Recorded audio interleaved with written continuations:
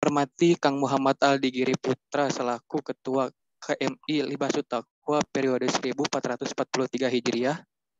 Yang kami hormati juga pemateri yang spektakuler, yaitu Ustadz Abu Takeru. Tak lupa juga yang kami hormati seluruh peserta tablik akbar kali ini.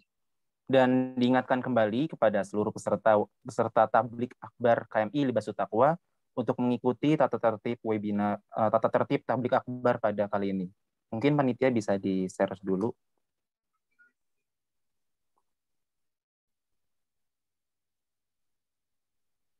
Belum ada, Kang, ya? Atau di saya aja yang belum ada?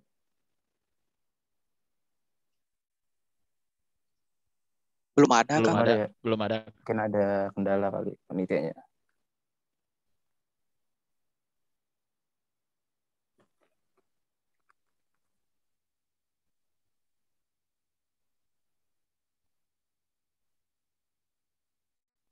Ada intinya, ada pamflet atau tertibnya, panitia?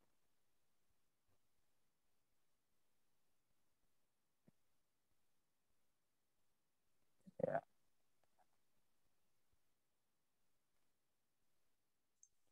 Tata tertib tablik akbar 1443 Hijriah. Peserta wajib hadir tepat waktu. Yang kedua, akses ke Zoom cloud meeting akan dibuka 15 menit sebelum acara dimulai. Format nama untuk mahasiswa STT, nama _ mahasiswa. Untuk panitia, nama _ bidang. Untuk kader, nama _ departemen. Dan untuk umum, nama _ umum. 4. Peserta wajib mematikan mikrofon atau mute mic selama penyampaian materi. 5. Peserta diwajibkan on cam untuk menghormati pemateri. 6. Menyimak materi yang disampaikan. 7. Berpakaian rapih dan menutup aurat. 8. Dilarang gaduh dan ribut selama acara berlangsung. Dan yang terakhir, sesi tanya jawab berlangsung. Selama sesi tanya jawab berlangsung, peserta dapat menggunakan fitur on mic atau menulis di kolom komentar secara singkat dan jelas. Untuk Baik, agenda selanjutnya ialah pembacaan tilawah Al-Quran yang akan dibawakan oleh Kang Fadil. Kepada Kang Fadil, waktu dan tempat dipersilahkan. Bismillahirrahmanirrahim. Assalamualaikum warahmatullahi wabarakatuh. Suara saya terdengar jelas? Terdengar, Kang. A'udzu billahi minasy syaithanir rajim. Ya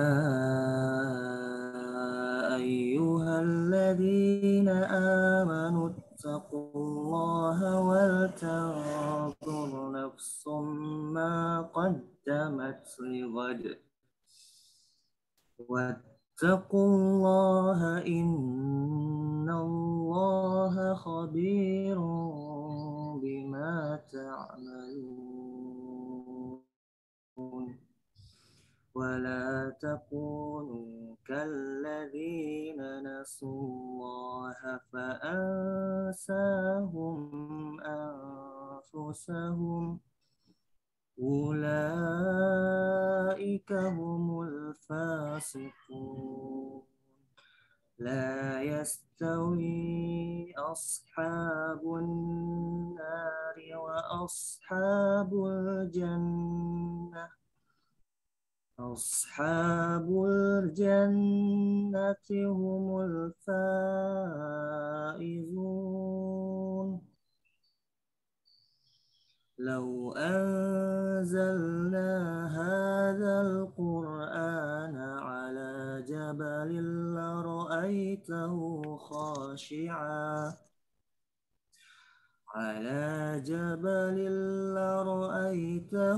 خاشعا متصدعا من خشية الله وتلك الأمثال نضربها للناس لعلهم يتفكرون والله الذي لا عالم الغيب والشهادة هو الرحمن الرحيم هو الله الذي لا إله إلا هو الملك القدوس السلام المؤمن المهيمن العزيز الجبار المتكبر سبحان الله عما يشركون هو الله الخالق البارئ المصور له الأسماء الحسنى يسبح له ما في السماوات والأرض وهو العزيز الحكيم صدق الله العظيم. Assalamualaikum warahmatullahi wabarakatuh. Waalaikumsalam warahmatullahi wabarakatuh. Terima kasih kepada Kang Fadil yang telah dengan luar biasa membacakan ayat suci Al-Quran. Ya, agenda selanjutnya ialah kata sambutan dari Ketua Pelaksana kepada Kang Hasmi, dipersilahkan. Bismillahirrahmanirrahim. Assalamualaikum warahmatullahi wabarakatuh. Waalaikumsalam warahmatullahi wabarakatuh. Alhamdulillahirabbil alamin. Wa bihi nasta'inu 'ala umuri dunya waddin wa 'ala alihi wa sahbihi ajma'in amma ba'du. Yang terhormat Ustadz Abu Takerus selaku pemateri pada kali ini. Yang terhormat Ketua DKM KMI Libasul Taqwa, yang saya hormati Ketua KMI Kang Muhammad Aldi Giri Putra, serta para jamaah dan teman-teman yang telah bergabung pada Zoom meeting kali ini. Puji syukur kita panjatkan kehadirat Allah Subhanahu wa Ta'ala, karena dengan izinnya lah kita dapat berkumpul pada Zoom meeting ini di acara Tabligh Akbar. Tak lupa salawat serta salam mari kita limpahkan kepada Nabi besar Muhammad Sallallahu Alaihi Wasallam beserta para keluarga dan sahabatnya. Semoga kita menjadi pengikutnya hingga akhir zaman nanti. Amin ya rabbal alamin. Saya selaku Ketua Pelaksana Tabligh Akbar dan juga bertepatan dengan berakhirnya tahun 2021. Semoga di tahun yang akan datang kita dapat berjalan dengan percaya diri ke arah impianmu sesuai dengan tema yang diusung pada Tabligh Akbar kali ini. Saya mengucapkan terima kasih pada panitia dan teman-teman yang telah bekerja sama hingga terlaksananya Tabligh Akbar pada kali ini. Dan juga saya mohon maaf jika ada sesuatu apapun yang kurang berkenan, mohon dimukakan pintu maaf yang seluas-luasnya. Wabillahi taufiq wa hidayah. Wassalamualaikum warahmatullahi wabarakatuh. Waalaikumsalam warahmatullahi wabarakatuh. Terima kasih Kang atas sambutannya. Acara selanjutnya adalah kata sambutan dari Ketua KMI Libasul Taqwa periode 1443 Hijriah. Kepada Kang Muhammad Aldi, waktu dan tempat dipersilahkan. Ya, baik. Bismillahirrahmanirrahim. Assalamualaikum warahmatullahi wabarakatuh.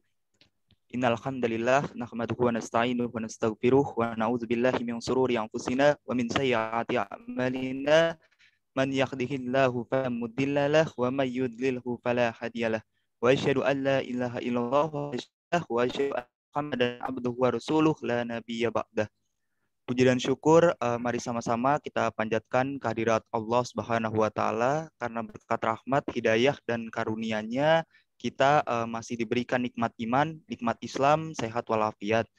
Dan tak lupa pula salawat serta salam semoga tetap tercurah kepada Habibana Al-Karim, junjungan alam Nabi besar Muhammad Sallallahu Alaihi Wasallam. Semoga tercurah kepada para sahabatnya, tabi'in wa tabi'in, hingga kita selaku umatnya. Amin amin ya Allah ya rabbal alamin.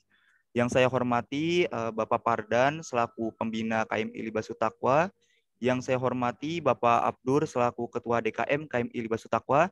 Yang terhormat kepada pemateri Al-Mukarram Al-Ustadz Rizal Fadli Nur Hadi atau yang biasa kita sebut Ustadz Abu Takeru yang sudah berkenan hadir pada kegiatan ini. Serta yang saya banggakan para hadirin dan panitia penyelenggara kegiatan ini. Pada kajian tablik akbar ini sekaligus dengan muhasabah akhir tahun, kita mengangkat tema berjalanlah dengan percaya diri ke arah impianmu. Harapannya kita bisa terus muhasabah diri kita untuk berbuat ke arah yang lebih baik lagi. Tahun ini mungkin boleh jadi baik, tapi tahun depan harus lebih baik lagi supaya kita dikatakan sebagai manusia yang beruntung, terutama untuk menggapai impian-impian kita gitu ya. Kita selaku mahasiswa punya impian, punya harapan ke depannya. Maka dari itu kita coba sesuai dengan tema yaitu berjalan menuju atau percaya diri lah dengan ke arah impianmu itu gitu. Saya ucapkan terima kasih banyak kepada seluruh anggota KMI Libasul Taqwa atas dedikasi dan juga usaha-usahanya untuk mensukseskan acara pada hari ini. Mungkin cukup dari saya, kurang lebihnya mohon dimaafkan. Billahi taufiq wal hidayah. Wassalamualaikum warahmatullahi wabarakatuh. Waalaikumsalam warahmatullahi wabarakatuh. Terima kasih Kang Aldi atas sambutannya. Ya, acara selanjutnya adalah acara inti yang mungkin ditunggu-tunggu untuk semua peserta ya. Tapi sebelum masuk ke acara inti, ya saya akan membacakan CV dari pemateri terlebih dahulu. Ustadz Abu Taheru atau nama lengkapnya adalah Rizal Fadli Nur Hadi, pendidikan formal di SDPN Setiabudi, SMP Negeri 12 Bandung, EPIK Australia, SMA Negeri 2 Bandung, kelahiran Bandung, tanggal lahir 1 September 1992. Pengalaman organisasi peer helper anti drugs atau anti narkoba di Melbourne, Australia, ketua bidang tahsin Quran di SMA Negeri 2 Bandung, pembina dan penasihat komunitas di Paradise Server. Prestasinya juga Masya Allah banget, ini ada juara 1 tahfiz Quran antar SMA sekota Bandung, juara 3 fahmi Quran antar SMA se-Jawa Barat, dan murid teladan S. Preston di Islamic College Melbourne, Victoria, Australia. Untuk kesibukan yang saat ini ada trainer muda, founder dan penasihat di komunitas Paradise Server, owner Umur Online Shop. Dan juga untuk yang lebih ingin tahu lagi tentang Ustadz Abu Taheru, dia juga memiliki channel YouTube di Abu Taheru. Mungkin langsung saja untuk acara yang ditunggu-tunggu. Ya, sepertinya sudah tak perlu berlama-lama lagi karena para peserta pun sudah tidak sabar. Namun sebelumnya saya mau menginformasikan kepada teman-teman bahwa nanti akan ada door prize bagi yang beruntung dari KMI Libasul Taqwa. Syaratnya yaitu membuat resume tentang materi tablik akbar kali ini dan mempostingnya di SG-nya masing-masing dengan men-tag Instagram @KMI Libasul Taqwa. Dan pemenang akan dihubungi oleh pihak panitia. Baik, kepada Pak Ustadz, waktu dan tempat dipersilahkan. Baik, terima kasih Mas Rizky, Mas Bagas. Assalamualaikum warahmatullahi wabarakatuh. Waalaikumsalam warahmatullahi wabarakatuh. Ya, ini suara jelas kan? Atau jelas agak bercak-bercak nggak? Jelas sekali Pak Ustadz. Jelas Pak Ustadz. Alhamdulillah. Sebelumnya terima kasih ke panitia karena acara ini kan asalnya malam, terus saya ada undangan ceramah di Cibubur di kota wisata dan cukup urgen juga materinya. Jadi saya malamnya ke sini, maksudnya di Cibubur, dan ternyata Masya Allah panitia baik banget bisa nge-reschedule jadi sore. Saya terima kasih banyak ke panitia sehingga saya bisa menghadiri semua undangan ini. Semoga jadi keberkahan buat kita semua. Dan teman-teman, kita buka dulu ya kajiannya. Bismillahirrahmanirrahim. Ala Rasulillah. Innal hamdalillahi nahmaduhu wa nasta'inuhu wa nastaghfiruh. Sungguh segala puja dan puji hanya milik Allah. Kita puji Dia, kita mohon pertolongan dan ampunannya. Wa na'udzu billahi min syururi anfusina wa min sayyiati a'malina. Kita mohon perlindungan kepada Allah dari keburukan diri kita dan keburukan amal perbuatan kita. May yahdihillahu fala mudhillalah. Barang siapa yang Allah beri hidayah, tak akan ada seorang pun yang bisa menyesatkan. Wa may yudlil fala hadiyalah. Dan barang siapa yang Allah sesatkan, tak akan ada seorang pun yang bisa memberi petunjuk. Asyhadu an la ilaha illallah. Aku bersaksi, tiada Tuhan yang berhak disembah dengan benar kecuali Allah. Wa asyhadu anna Muhammadan abduhu wa rasuluh. Dan aku pun bersaksi bahwasanya Muhammad adalah hamba dan rasulnya. Amma ba'd. Allahumma shalli wa sallim ala Muhammad wa ala ali Muhammad. Alhamdulillah teman-teman, kita sore hari ini insya Allah akan mendengarkan ayat Quran dan hadis-hadis dari Nabi SAW. Dan nggak ada kata yang lebih tepat untuk kita ucapkan di awal kajian, melainkan bersyukur ke Allah. Alhamdulillah. Dan ucapan ini, kalau kalian tahu, kebanyakan orang ucapin Alhamdulillah ketika dia dapat rizki, gajian, uang mendadak mungkin, dan sebagainya. Tapi ternyata ucapan Alhamdulillah itu akan diucapkan oleh seseorang yang kelak akan masuk surga. Jadi setelah masuk surga mereka akan mengucapkan Alhamdulillah. Walaupun masuk surga itu dengan sebab amal soleh yang mereka lakukan, ya, tapi mereka tetap akan mengucapkan Alhamdulillah. Mereka nggak akan bilang, gue masuk surga karena gue pantas, karena amal solehku banyak. Karena dari amal soleh doang, itu sebenarnya nggak bisa untuk membeli surga. Kita beramal soleh, biar Allah ridho. Kalau Allah ridho, Allah masukkan kita ke surga. Sedangkan amal soleh kita sendiri nggak bisa untuk dipakai untuk membeli surga. Gimana sih? Analoginya gini deh. Mas Rizky Abdul Rafiq, orangnya super duper kaya, triliuner. Dan di rumahnya punya mobil, apa sih yang miliaran tuh? Aborigin ya? Aborigin apa? Lamborghini ya? Oke. Mas Rizky punya mobil Lamborghini.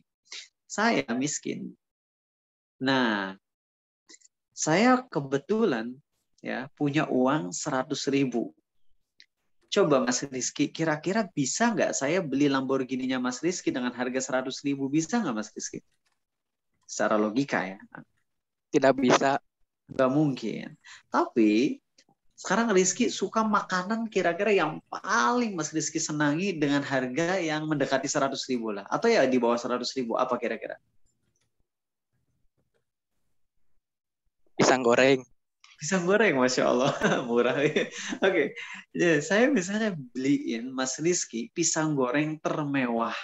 Ini pisang goreng yang kita tahu di tempat jualan gorengan paling 1.000-an atau 2.003 atau mungkin 2.000-an lah paling mahal. Tapi saya beli ini yang spesial, pisang goreng misalnya dengan krim atau dengan toppingnya green tea misalnya. Pokoknya pisang goreng termewah seharga 80.000. Nah, saya ngasih ke Mas Rizky Abdul Rafiq. Kemudian Mas Rizky senang banget. Ini pisang goreng terenak yang pernah saya rasain. Akhirnya karena Mas Rizky senang banget dengan saya yang telah ngasih hadiah, Mas Rizky ngebalas saya dengan mobil Lamborghini tersebut. Ini analogi. Dan Allah Maha Suci ya, Allah tidak sama dengan manusia. Tapi ini hanya analogi untuk mempermudah. Ini namanya kalau nggak salah kias aula.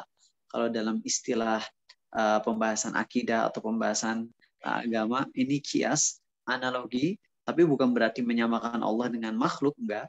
Tapi ini hanya sekedar mempermudah untuk memahami teori ini. Kita nggak bisa masuk surga karena amal kita itu nggak bisa. Karena maupun kita punya amal soleh 60 tahun, tetap aja nggak seharga dengan surga. Surga soalnya selamanya gitu loh. Kalau misalnya surga 60 tahun doang, mungkin bisa dibeli dengan amal soleh 60 tahun kita. Tapi masalahnya surga itu forever. Jadi kalau kita beramal soleh 60 tahun, tentu nggak sepadan banget dengan indahnya nikmat surga. Maka seseorang masuk surga itu bukan karena amalnya doang. Tapi amal tersebut adalah hal yang bisa menurunkan ridho Allah atau membuat Allah ridho. Dan ketika Allah ridho, Allah masukkan kita ke dalam surga. Seperti itu teman-teman. Dan Ya, seperti itulah penghuni surga, mengucapnya alhamdulillah. Kenapa saya mengawali dengan kata ini? Dengan alhamdulillah, dengan bersyukur ke Allah karena kita bisa kajian. Karena dari segi judulnya juga udah harus dikritisi. Wes, Ustadz mengkritisi judul panitia ini. Kalem, nggak apa-apa. Namanya juga kajian, yang namanya kajian itu kita memperbaiki diri ya. Jadi kalau misalnya kita lagi kajian ngebahas tentang sesuatu halal haram, atau mengkritisi sesuatu, pastikan yang paling pertama harus kita pikirin adalah diri kita sendiri. Kan sekarang ada tipe orang-orang yang ikut pengajian, itu sengaja ingin ikut kajian Ustadz, biar nanti ada bahan buat nyindir temen, iya nggak sih? Temen ada yang wibu misalnya, wah si Ustadz bahas anim nih, keren nih, keren. Crop aja tuh video Ustadz, dipotong, serang para wibu, kita asasin para wibu itu. Atau orang-orang yang demen drakor, sampai-sampai ada yang bilangnya plastik, ya Allah. Jangan bilang plastik, ya kasihan. Bukan kasihan, lebih ke kurang bijak. Karena kalau orang-orang artis Korea yang ngedengar kita manggil mereka plastik, mereka makin nggak senang sama Islam nantinya. Orang-orang yang demen drakor misalnya, lalu ada ustadz yang mengkritisi drakor dan sebagainya, jadi bahan buat nyindir teman. Nah, sebenarnya kalau kajian itu, saya ingat nasihat yang sangat berharga dari guru kami, yaitu Ustadz Muhammad Nuzul Zikri, yaitu ketika kajian, pastikan kajian itu buat diri sendiri dulu. Orang lain iya, nanti kita dakwahi kok. Kita peduli sama orang lain. Kita peduli kalau orang lain ngelakuin dosa, kita nasihati agar selamat bareng-bareng di akhirat, di surga. Tapi yang paling pertama-tama ya kita dulu. Nah, kajian hari ini dengan judul, apa sih saya lupa, Percaya Diri Menuju Abadi, apa sih Mas Rizky? Judulnya lupa. Berjalanlah dengan percaya diri ke arah impianmu. Berjalanlah dengan percaya diri ke impianmu. Dalam Islam itu nggak ada konsep percaya pada diri sendiri, itu nggak ada. Bahkan para ulama memberitahu kita untuk selalu mengejek, selalu mencela diri sendiri. Ya, ini banyak orang yang gagal paham. Ngiranya ketika mencela diri sendiri itu nggak bersyukur gini gitu.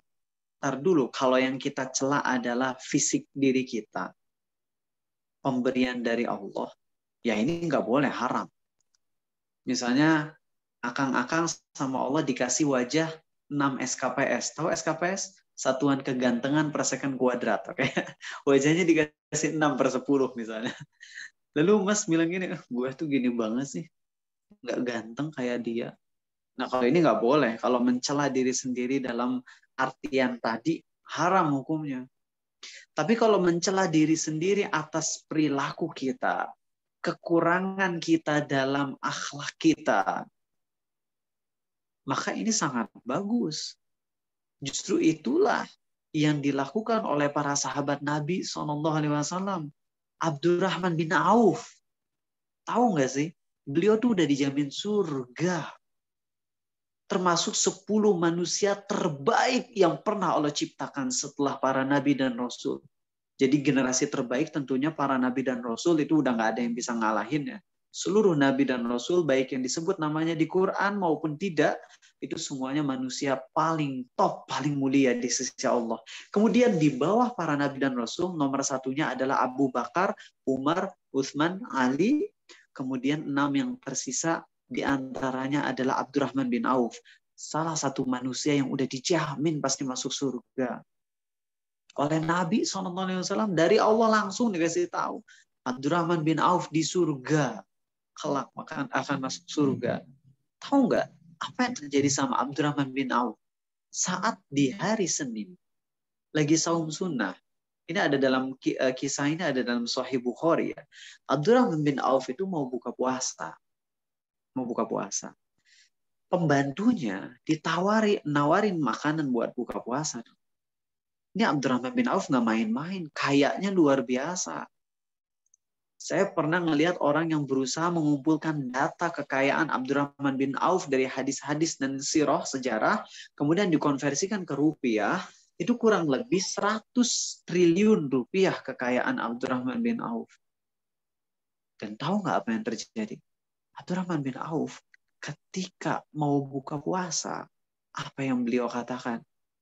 Sambil mau makan buat buka puasa, tiba-tiba keinget sama Hamzah, yakni paman Nabi Muhammad SAW, dan juga Mus'ab bin Umair, salah satu sahabat yang meninggal syahid di perang Uhud. Apa coba statement dari Abdurrahman bin Auf? Manusia yang dijamin masuk surga, manusia terelit terbaik di mata Allah, bahkan lebih baik dari Hamzah dan Mus'ab bin Umair. Ya, Hamzah paman Nabi SAW, Mus'ab bin Umair udah jelas mereka syahid masuk surga, tapi derajat Abdurrahman bin Auf di mata Allah lebih baik daripada Hamzah dan Mus'ab bin Umair. Sepakat ulama. Abdurrahman bin Auf termasuk sahabat yang dijamin surga. Masih hidup udah dijamin surga gitu loh. Tahu nggak statement beliau apa? Sambil mau makan, Abdurrahman bin Auf tiba-tiba ngomong gini, Hamzah, paman Nabi SAW, dia tuh lebih baik dari diriku, katanya. Lihat tawadunya. Dia lebih baik daripada diriku. Mus'ab bin Umair lebih baik daripada diriku. Tapi ketika keduanya meninggal, keduanya nggak punya apa-apa untuk bisa menutupi seluruh tubuh mereka. Kalau ditutup ke kepala kainnya, kaki kelihatan. Kalau ditutup kaki, kepala kelihatan. Sedangkan aku, Allah bukakan dunia untuk diriku. Aku khawatir kalau di akhirat aku nggak punya apa-apa lagi, alias masuk neraka. Lihat bagaimana Abdurrahman bin Auf padahal udah jelas-jelas dijamin surga. Kalau ibaratnya kalau saya gitu lah, udah dijamin masuk surga, saya bakalan ngomong gini, ya udahlah, yang wajib-wajib aja lah. Gak usah lagi sama yang sunnah-sunnah. Itu udah dijamin surga, dan nggak mungkin Allah berdusta bahwasanya saya dijamin surga. Paling gitu kalau saya.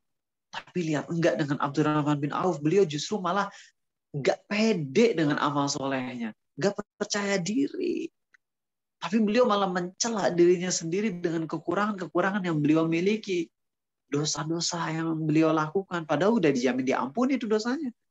Seperti itulah teman-teman, kondisi yang terbaik sebagai seorang hamba adalah dirinya terus berjalan, terus ikhtiar, dia tawakal ke Allah, tapi dia selalu memandang dirinya penuh kekurangan, penuh keburukan. Dan kalau seorang hamba tuh udah benar-benar low banget, low profile, jadi dia tawadu, rendah hati di hadapan Allah, dia rendah hati di hadapan Allah, kemudian dia pun rendah hati di hadapan makhluk-makhluk Allah, maka Allah akan angkat derajat dia. Tapi giliran sebaliknya, dia ngangkat diri, Allah rendahkan serendah-rendahnya. Siapa yang gak kenal dengan Qorun? Tahu Qorun, harta karun itu dari harta Qorun, tahu nggak sih? Kalian tahu kenapa? Barang temuan di tambang, di peti isinya emas itu disebut harta Qorun. Tahu kenapa? Nggak tahu ya? Qorun itu adalah sepupunya Nabi Musa. Dan Qorun kafir terhadap Allah dan Rasulnya Nabi Musa. Lalu dia kaya banget sampai-sampai harta bendanya itu disimpan di gudang yang mana kuncinya harus dibawa oleh 10 orang keker. 10 aderaya. 10 Arnold Schwarzenegger. Itu saking kuatnya pintunya. Kan hartanya banyak banget. Terus si Qorun ini kepedean. Dia ngomong apa? Qala innama utituhu ala ilmin indi. Ini gue dapat kekayaan ini gara-gara ilmuku, gara-gara kecerdasanku. Pede banget tuh dia. Gara-gara ya semua kecerdasanku, kebaikanku, bla bla bla bla bla bla.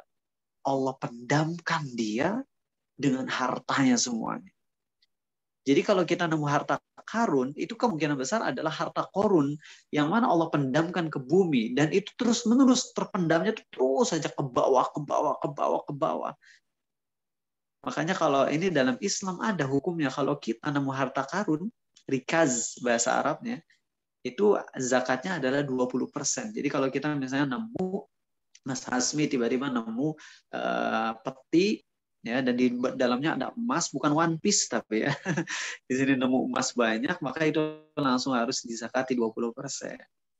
Itulah teman-teman, orang yang kepedean, percaya diri, dan akhirnya jadi sombong. Itu yang bakalan terjadi. Jadi sekali lagi ingat, dalam Islam tuh konsepnya bukan percaya diri. Siapa kita gitu loh. Lahir nggak bawa apa-apa, mati nggak bawa apa-apa, dan butuh sama bantuan orang lain sepanjang hidup, terus percaya sama diri sendiri. Kita punya apa? Semua yang kita miliki itu dari Allah. Saya tahu ada salah satu murid saya, itu Masya Allah teman-teman, badannya, wih, kekernya, six pack-nya tuh bener-bener keren banget lah. Badannya tuh dia nggak nge-gym, dia anak kalistetik atau apa namanya gitu ya, dan badannya kekernya luar biasa, keker asli, itu nggak ada yang lebih keker daripada dia di sekolahnya, keren banget. Dan Allah kasih dia satu penyakit doang, Allah kasih dia mah, kalau nggak salah, mah. Dan setelah kena mah, hancur udah, badannya jadi kurus, ototnya hilang semua. Dan dia nggak bisa ngapa-ngapain, sakit-sakitan terus-terusan gara-gara mah. Apa yang perlu dipercayai dari diri kita sih teman-teman? Nggak ada. Karena semua yang kita miliki itu benar-benar karunia dari Allah. Kalaupun kita ikhtiar yang kita lakukan pun itu adalah karena bantuan dari Allah. Maka sekali lagi konsep dalam Islam bukan percaya diri, tapi ikhtiar yang terbaik sesuai dengan cara yang Allah ridhoi dalam kondisi hati kita bergantung kepada Allah. Kalian pernah nggak sih ikut training motivation? Nggak pernah ya? Soalnya mahal ya. Kita kan senangnya gratisan ya nggak sih? Sama saya juga nggak pernah ikut training motivation. Mahal itu. Tulisannya investasi 3 juta. Alah, investasi, bilang aja HTM, harga tiket masuk gitu loh. Pakai tulisannya investasi segala. Dan kalau kalian ikut training motivation, rata-rata itu para trainernya tuh suka ngomong kayak gini, gue dulu miskin, lalu gue kerja banting tulang, pagi pulang malam, bla bla bla bla bla bla bla. Gue pun banyak sedekah dan sebagainya, akhirnya saya jadi kaya. Mau kaya, ikuti step saya, beli buku saya. Kita udah beli buku, udah ikut seminar, training motivation, bayar jutaan, ngikutin step by step semua yang dilakukan oleh trainer tersebut, hasilnya sama aja. Gak ada perbedaan. Yang miskin tetap miskin. Nggak mirip sama sekali dengan trainernya, padahal semua step udah dijalani. Kenapa? Karena memang semua Allah kasih di dunia ini adalah ujian. Sehingga kita nggak bisa bilang kalau gue sukses gara-gara gue gini. Nggak bisa. Nggak bisa, asli. Ya. Jadi konsep dalam Islam untuk menggapai cita-cita kita, goal kita, target kita, kesuksesan kita adalah satu, ikhtiar maksimal sesuai dengan cara yang Allah ridhoi. Artinya jangan dengan cara haram gitu loh. Jadi jangan sampai kalian salah paham dengan tadi saya ceramah, jangan percaya diri sendiri, jangan percaya diri sendiri, jangan percaya diri sendiri, kemudian akhirnya punya kesimpulan berarti nggak boleh ikhtiar. Ya salah. Justru Nabi kita SAW bersabda, irhis ala ma yanfa'uka. Saya mau ngasih tahu dikit aja, saya pribadi, saya dulu gendut banget teman-teman. Gendut. Dan saya punya target ingin keker kurus. Dan itu perjuangannya mati-matian, ngangkat barbel, pull up, push up, sit up, lari. Alhamdulillah. Bisa ngurusin banyak banget, berapa kilo saya turun teman-teman.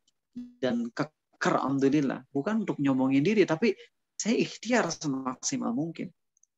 Karena saya ngerasa gitu ketika gendut, ya ini bukan body shaming, ya, ini lagi ngomong tentang diri saya pribadi, pendapat saya pribadi.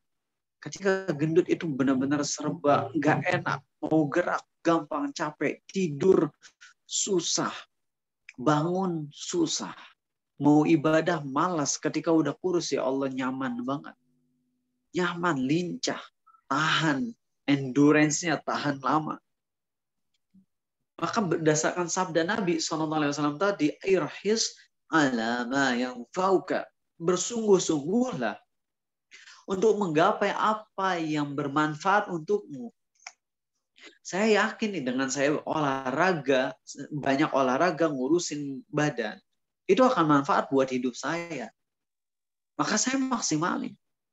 Tapi setelah saya udah menggapai kesehatan seperti ini, alhamdulillah, saya hampir nggak pernah sakit dengan karunia Allah. Saya nggak boleh ngomong kayak gini, nih saya sehat, gara-gara saya rajin olahraga. Nggak bisa. Lihat Deddy Kobuzer pas kemarin kaget. Kalian ngedenger kan podcastnya. Bagaimana Deddy Kobuzer ngomong gini ke dokter siapa ya? Saya lupa namanya.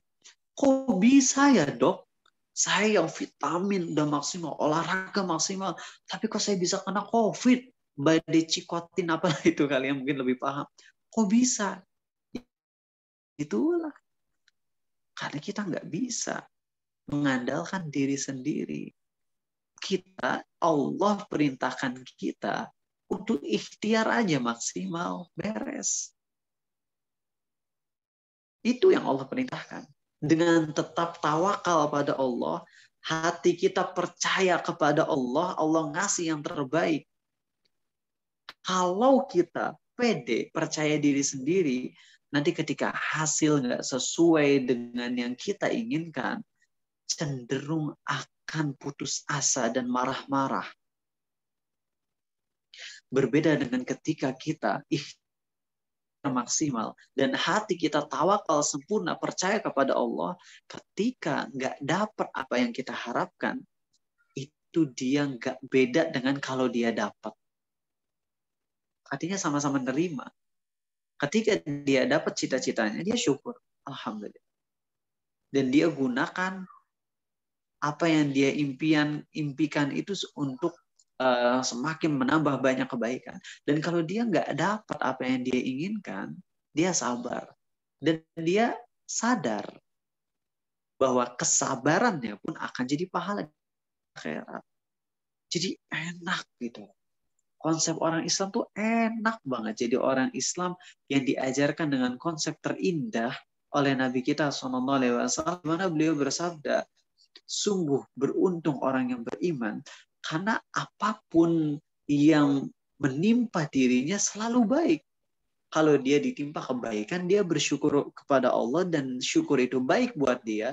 Kalau dia ditimpa musibah, dia sabar dan kesabaran itu baik untuknya.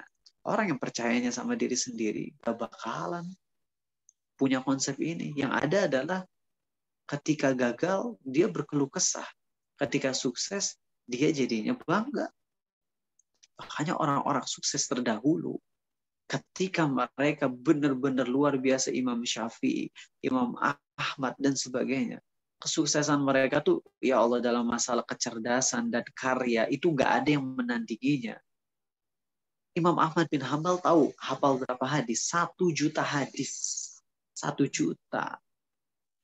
Musnad Imam Ahmad itu berapa puluh ribu hadis. Ibnu Hajar al-Asqalani itu berapa jilid bukunya. Kalau versi terjemahan aja 36 jilid. Sukses. Dan itu Ibnu Hajar al-Asqalani itu ya ulama yang banyak banget bikin karya dan kaya raya. Sukses, dagangannya sukses banget. Itu mungkin triliunan hartanya kalau dikonversikan ke rupiah. Sampai kendaraan zaman dulu itu Ibnu Hajar al-Asqalani, ulama karismatik, ulama yang soleh. Ulama yang sangat banyak jasanya untuk kaum muslimin, super kaya. Beliau dagang baju kalau nggak salah. Dan dagangannya itu luar biasa. Sampai-sampai kendaraannya tuh kendaraan termewah pada zaman itu.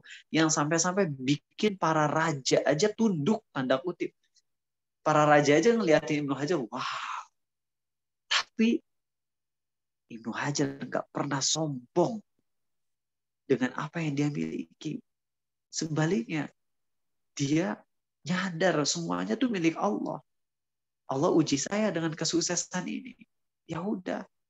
Karena ujiannya ujian kekayaan, saya harus nyadar diri nih, kekayaan akan dihisab. Saya harus gunakan kekayaan saya di jalan Allah. Makanya ulama zaman dulu, mereka tuh suksesnya benar-benar bikin orang lain bahagia, gagalnya benar-benar bikin orang lain bahagia juga. Dalam artian gini, ketika sukses, jadi super kaya, maka dia akan gunakan kesuksesan itu, kekayaan itu untuk bantu orang banyak.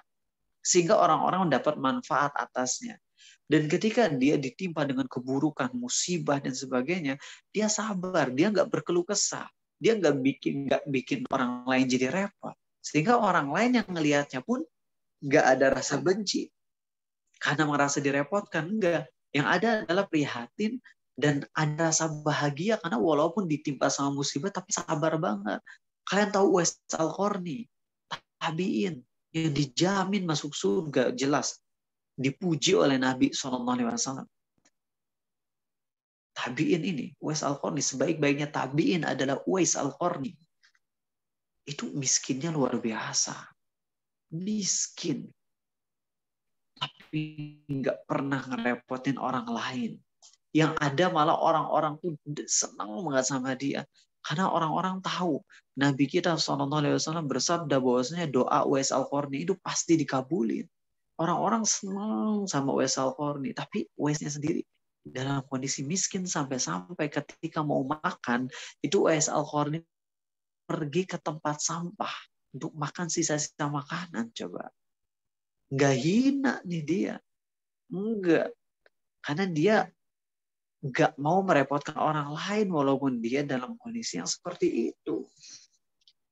Lihatlah teman-teman kesuksesan yang terjadi dengan ulama-ulama terdahulu. Dan ini enak sekali lagi ya. Jadilah orang yang percaya kepada Allah. Saya ulang lagi. Saya nyadar mayoritas kalian nggak nyatet, jadi saya ulang-ulang. Tema hari ini adalah percayalah kepada Allah dalam semua yang kita lakukan. Gapailah kesuksesan dengan hati yang bertawakal kepada Allah. Caranya gimana? Satu, selalulah hati serahkan kepada Allah. Ketentuannya, yakini semua telah Allah takdirkan di Lauh Mahfuz. Baik atau buruk, semuanya udah tercatat. Sempurna. 2, ikhtiar maksimal.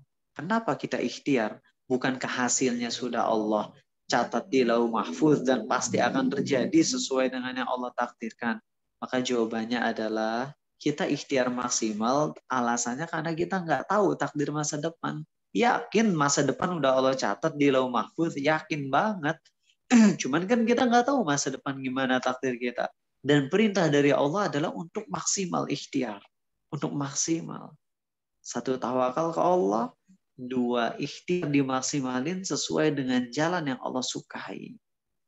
Makanya orang-orang yang kepedean, yang percaya diri, nantinya akan mendorong dia ketika dia mulai menghadapi obstacle, halangan-halangan, dia akan cenderung menggunakan cara yang nggak benar.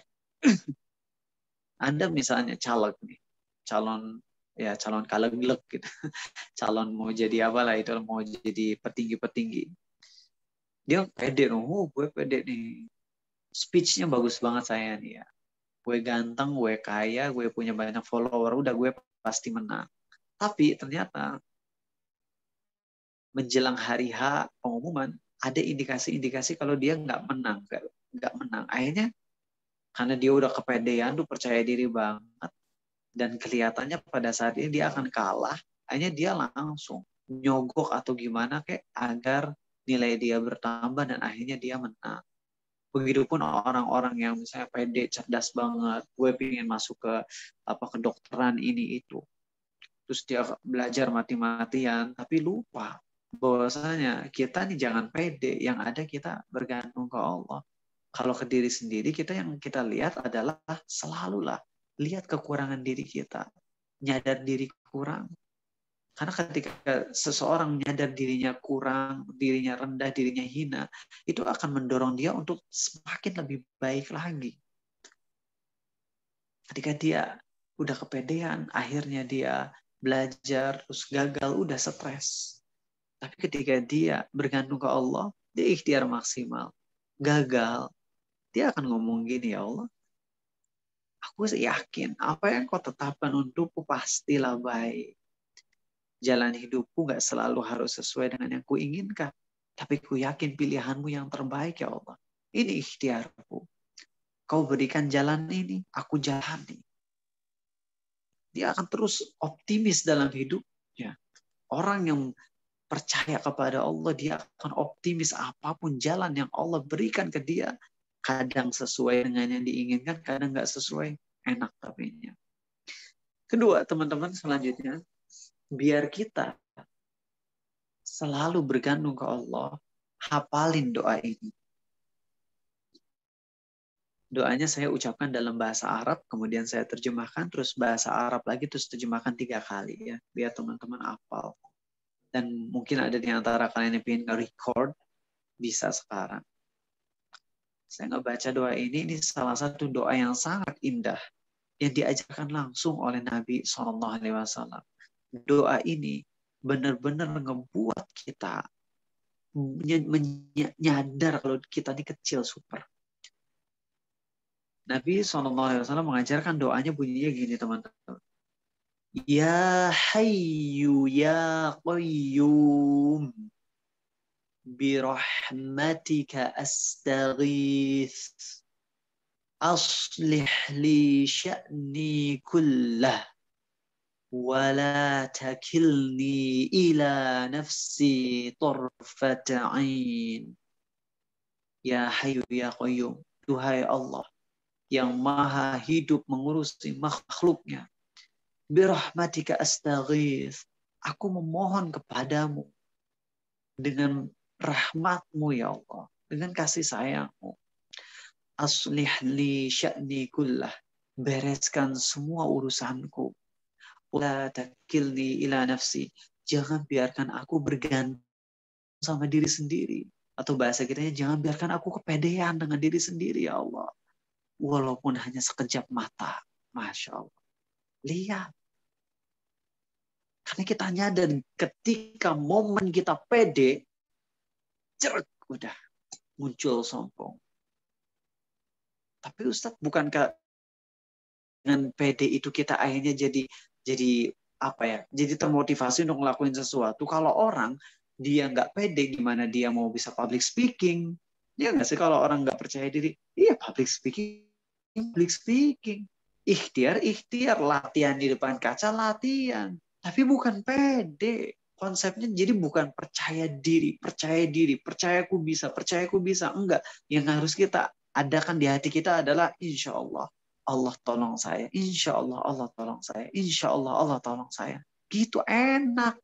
Enak teman-teman. Padahal cuma beda konsep doang. Bisa jadi 2 orang ini sama. Yang satu ikhtiar 1 jam per hari, yang satu ikhtiar 1 jam per hari di depan kaca untuk latihan public speaking. Bedanya yang satu, dia pede, yang satu percaya pada Allah. Adem nih yang kedua. Kalau yang satu, dia percaya diri sendiri, nantinya ketika sukses akan cenderung sombong, ketika gagal akan depresi. Kalau yang kedua, ketika dia sukses, dia akan benar-benar langsung ngedown, langsung tawadu, langsung low profile gitu, syukur ke Allah. Kalau dia sukses syukur, kalau dia gagal dia sabar. Dia akan nyadar, ya Allah, gak apa-apa. Apa yang kau takdirkan untukku, pasti semuanya mengandung hikmah. Enak. Sekali lagi. Ya Hayyu Ya Qayyum. Saya izin video sebentar ya, semua sambil ambil minum. Ya Hayyu Ya Qayyum. Duhai ya Allah yang maha hidup terus menerus mengurusi makhluknya. Birahmatika astaghith. Aku mohon kepadamu dengan menyebut atau dengan rahmatmu, dengan kasih sayangmu ya Allah. Aslih li sya'ni kullah. Tolong ya Allah, lancarkan semua urusanku. Wala takilni ila nafsi tarfata ain. Dan jangan biarkan aku bergantung sama diri sendiri. Walaupun hanya sekejap mata. Walaupun hanya dengan durasi sekejap mata, jangan biarkan aku bergantung sama diri sendiri. Ya Hayyu ya Qayyum. Bismillah, ini tangan kanan. Doa ya Allah, yang maha hidup, terus-menerus mengurusi makhluknya. Birahmatika astaghith. Aku memohon kepadamu dengan kasih sayang. Aslih li sya'ni kullah. Bereskan urusanku semuanya. Wala takilni ila nafsi tarfata 'ain. Dan jangan biarkan aku bergantung dengan diri sendiri walaupun hanya sekejap mata. Sering-sering baca doa ini teman-teman, insya Allah Allah akan tolong. Allah akan tolong. Saya ingin cerita tentang ayah saya. Jadi mungkin teman-teman nanya kenapa saya tadi udah disebutin di Melbourne sekolahnya. Jadi ayah saya dulu kakek saya tuh seorang petani yang miskin, punya anak 9 termasuk ayah saya. Dan anak-anak dari kakek saya berarti ayah, paman dan bibi ya, bibi dari saya itu dididik untuk hidup sederhana, hidup di kampung yang sehari-harinya mengandalkan pertanian gitu ya, kelapa dan sebagainya. Dan itu miskin. Sekali makan paling 1 telur dibagi 11. Ya, 9 anak dan ibu bapak. 1 telur dibagi 11. Dan ayah saya udah dididik dari kecil untuk benar-benar mandiri. Nah, ketika SD, ayah saya dikasih sama punya guru yang luar biasa, guru matematika, dan si guru ini suatu saat pernah ngomong ke ayah saya. Itu di seberang sana, kan lagi di pantai gitu, dan si gurunya ngomong gini, di seberang sana ada pulau namanya Australia. Itu terngiang di otak ayah saya. Dan ayah saya akhirnya benar-benar punya azam, nanti aku pingin kuliah di luar negeri, pingin kuliah di luar negeri, pingin kuliah di luar negeri. Akhirnya Masya Allah, sekolah SD nilai terbaik, SMP terbaik, SMA terbaik, kuliah terbaik. Nah ketika S2, mulailah apply ke luar negeri dan bisa, Alhamdulillah. Walaupun ya jujur aja itu negeri kafir, mayoritasnya orang-orang kafir dan sangat berbahaya untuk akidah sebenarnya. Tapi ayah saya punya misi yang luar biasa, ingin bisa dapat yang terbaik nilainya supaya nanti bisa balik lagi ke Indonesia menyebarkan kebaikan lagi. Kan banyak loh orang-orang yang ketika dapat beasiswa untuk sekolah di luar negeri ternyata keenakan di luar negeri. Di luar negeri enak, apalagi di Australia yang saya ingat kalau anak-anak kecil aja sebulan tuh dapat $400, kalau dirupiahkan 4 juta tuh. Orang-orang pengangguran dalam sebulan dapat $800. Jadi kalau kita ke sana udah dapat citizen permanen gitu, permanent residence, ya terus kita nggak kerja, ya dapat $800 per bulan, lumayan tuh 8 juta kalau dirupiahkan. Akhirnya banyak orang-orang yang kuliah di luar negeri terus nggak mau balik ke Indonesia karena udah terlalu nyaman di negeri sana. Walaupun akhirnya sampai menggadaikan akidah. Tinggal di negeri yang mayoritasnya orang kafir, akhirnya bisa membuat akidah keyakinan kita luntur.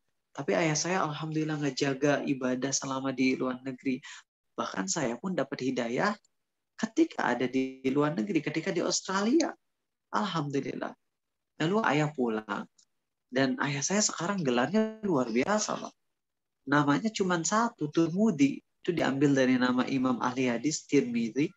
Nama ayah saya Turmudi, tapi gelarnya Profesor, Dr. Andes Turmudi, MED, MSc, PhD. Pizza Hut delivery itu ya.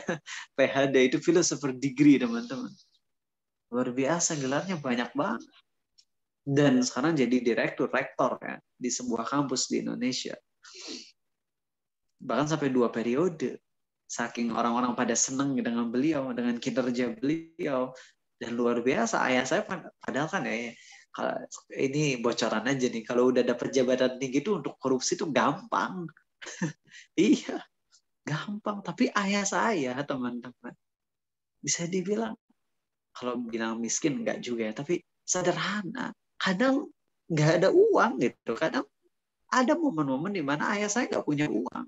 Padahal udah jadi rektor gitu loh. Tapi seperti itulah, dan ayah saya ngomong gini, ini gelar-gelar cuma duniawi doang. nanti ujung-ujungnya sama lah, mati. Luar biasa tuh.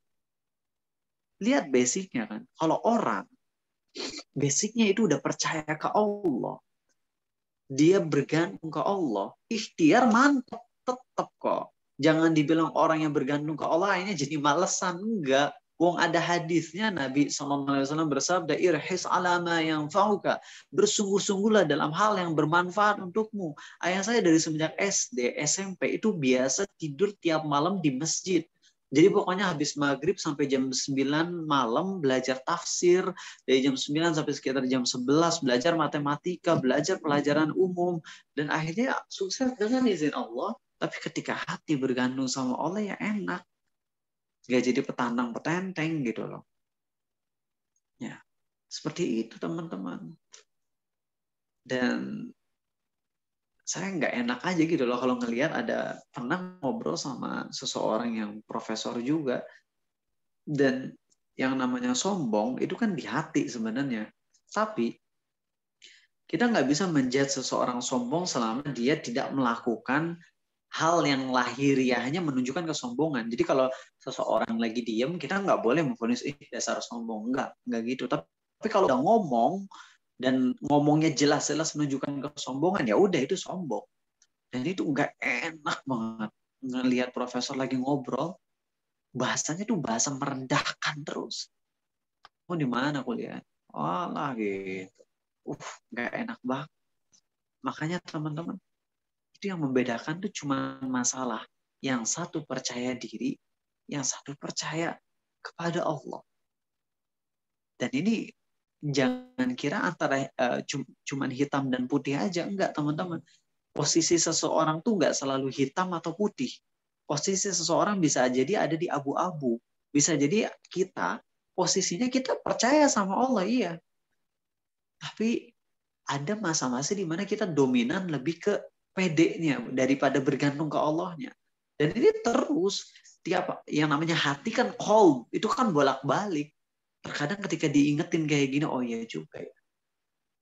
Aku harus terus bergantung ke Allah, jangan jadi kepedean sama ikhtiar diri sendiri. Tapi ketika waktu berjalan, jarang ngedengerin ceramah lagi, mulai muncul kesombongan dan kepedeannya.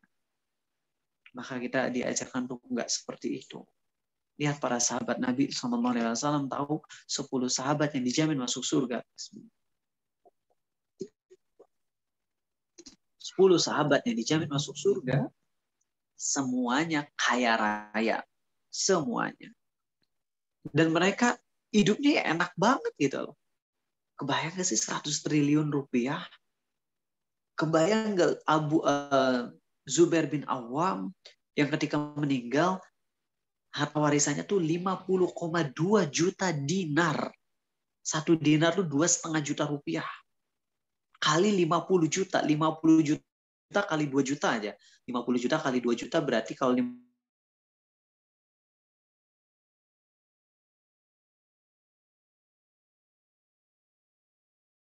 nolnya ada 7, 100 triliun. 100 triliun. Dan itu hidupnya enak banget. Tapi karena emang basicnya tuh udah bukan percaya diri sendiri, sehingga ketika kaya raya yang ada bukan jadi sombong, tapi yang ada adalah gimana agar semua kekayaan ini bisa aku pertanggungjawabkan di hadapan Allah. Bantu orang banyak, bantu sini, bantu situ, bantu sini, bantu situ. Ayah saya setelah udah sama Allah dikasih keilmuan yang luar biasa, alhamdulillah balik ke Indonesia, tahu diri. Orang yang percaya kepada Allah, orang yang ikhtiar maksimal, percaya ke Allah, dia nggak akan sia-siain nikmat Allah.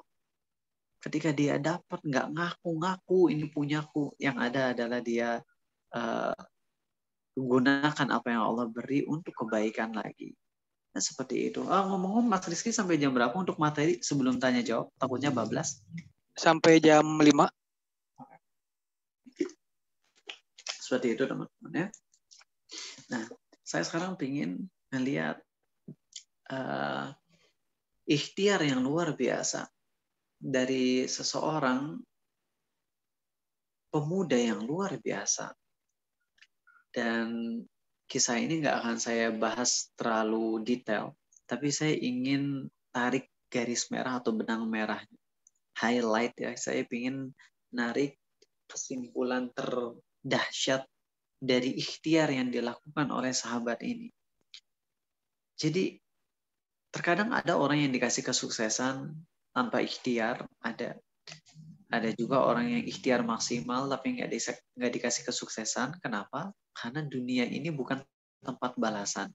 Ya, kalau seseorang ikhtiar lalu dia dapat apa yang dia inginkan, maka yaitu ujian. Kalau nggak dapat, itu juga ujian. Makanya dalam Islam tuh nggak menjadikan dunia sebagai patokan deh. Dunia tuh bukan patokan sama sekali. Kalau kita hijrah, dulu misalnya kerja di pekerjaan yang haram, riba, lalu kita hijrah. Orang yang benar, dia akan mungkin, wah, kalau saya hijrah, insya Allah nanti saya bakalan jadi kaya dengan halal. Selama ini saya kerja riba, gaji saya gede tapi haram. Kalau saya hijrah, saya yakin Allah akan kasih saya gaji yang lebih banyak lagi dan halal. Oh, tidak. Gak gitu konsepnya. Orang yang imannya benar dan percaya ke Allah, hatinya cenderung kepada akhirat, bukan kepada dunia. Jadi kalau misalnya seseorang asalnya kerja di riba, uangnya banyak, kemudian dia hijrah, fokus dia tuh bukan gimana supaya aku jadi kaya yang halal. Fokusnya agar aku bisa tobat dari dosaku, ikhtiar yang terbaik mencari yang halal. Masalah jadi kaya atau nggak kaya, itu mah terserah Allah. Yang penting ikhtiar aja. Kayak gitu. Salman Al-Farisi, seorang pemuda yang sangat dicintai oleh oleh bapaknya. Ayahnya seorang yang super kaya, ayahnya miliarder lah, punya kebun di sana sini, memegang jabatan tinggi di pemerintahan juga. Salman Al-Farisi anak kesayangannya. Dan Salman Al-Farisi ini agamanya Majusi dulu sama ayahnya. Dan Salman sebagai pemuda yang nggak ikhtiar apa-apa tapi dapat job tertinggi, yakni menjaga Tuhan. Itu job paling luar biasanya, menjaga Tuhannya, yaitu api. Menjaga Tuhannya. Jadi kalau si Tuhannya mau mati, dinyalain lagi. Itu Tuhannya Salman waktu dulu. Kemudian Salman Al-Farisi, singkat cerita, pas lagi jalan-jalan keluar, ngelihat ada sebuah gereja. Kemudian di gereja tersebut, Salman ngelihat ada orang-orang lagi ibadah. Dan Salman kagum. Akhirnya Salman cenderung ingin pindah agama. Dilarang sama ayahnya. Diborgol. Tapi Salman benar-benar ingin mencari kebenaran. Akhirnya Salman masuklah agama Kristen. Dan dia kabur dari rumahnya. Karena udah nggak ingin memegang agama Majusi, menyembah api. Dia inginnya menyembah Allah. Dan pada saat itu Salman mengikuti agama Kristen monotheism. Yaitu orang-orang Kristen yang hanya menyembah Allah dan meyakini kalau Isa adalah hamba dan Rasulullah. Isa bukan anak Allah, tapi Isa adalah Rasul Allah. Itu agama yang dipegang oleh Salman. Kristen tapi yang menyembah satu Tuhan, yaitu Allah. Kemudian Salman terus belajar. Rela jadi pembantu. Dan kemudian ketika udah majikannya meninggal, dioper ke majikan yang baru, dan majikan-majikan ini semuanya mengajarkan agama Kristen yang masih murni. Akhirnya setelah Salman udah menjadi pembantu dari 5 atau 6 majikan, Salman dapat ilmu nih, bahwasanya nanti akan muncul Nabi terakhir namanya Muhammad SAW.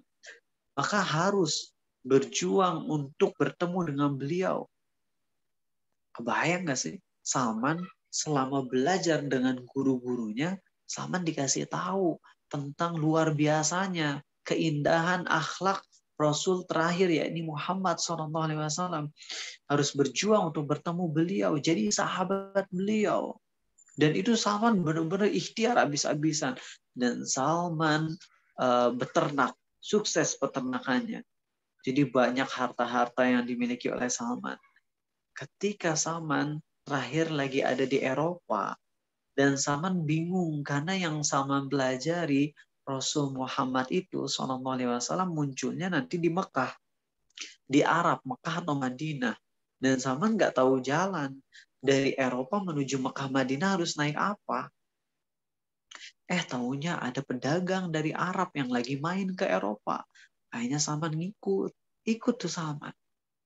Dan tahunya teman-teman, si pedagang-pedagang yang ngebawa Salman ini, mereka menipu Salman Al-Farisi.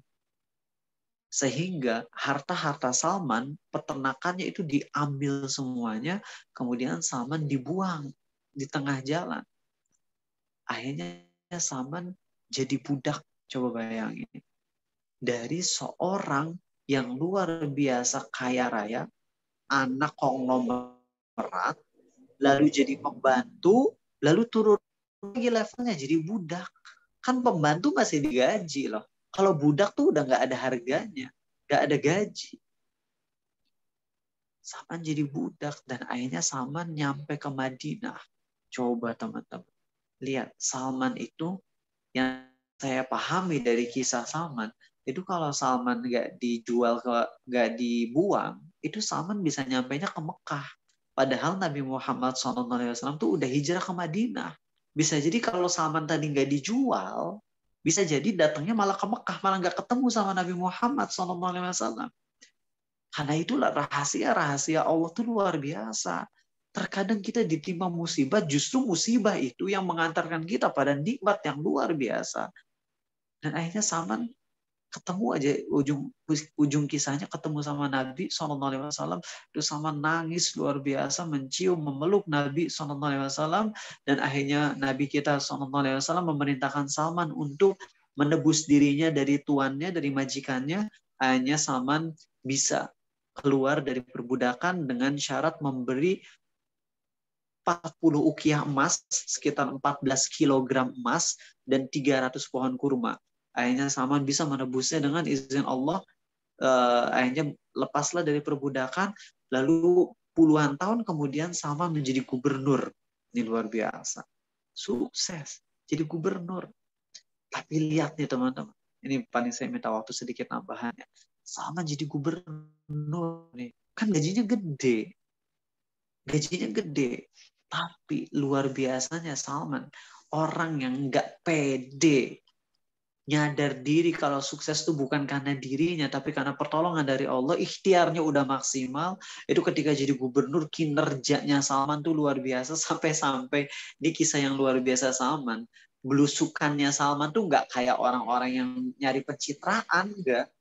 Salman tuh ketika lagi siang hari, setelah ngurusin semua pekerjaan-pekerjaan yang harus dia atur dari masyarakat, ya, karena sebagai gubernur, itu Salman tuh duduk di ujung kota, di bawah pohon pakai baju sederhana. Lalu datang orang dari luar kota, ngiranya Salman Al-Farisi ini kuli, coba. Dikiranya kuli, akhirnya orang dari luar kota nitip, tolong bawain barang-barangku ya. Coba bayangin.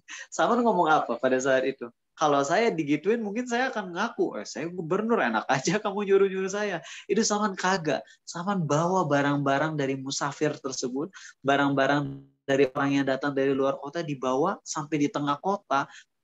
Masyarakat ngomong, wahai gubernur, izinkan kami membantumu. Terus Salman, enggak, udah biarin aku aja. Nyampe ke tempat tujuan sang musafir, barulah sang musafir kaget. Jadi anu gubernur, ya Allah maaf, aku minta maaf karena nggak tahu. Itu tuh orang yang sukses. Ketika dapat, nggak jadi sombong. Kenapa? Karena basicnya bukan karena percaya diri, tapi karena percaya pada Allah. Dan terapkan ini dalam semua aspek kehidupan kita. Kalian nanti mau jadi polisi, kalian mau jadi ini, ahli itu, mau jadi dokter, apapun, kalau basicnya udah percaya ke Allah, enak.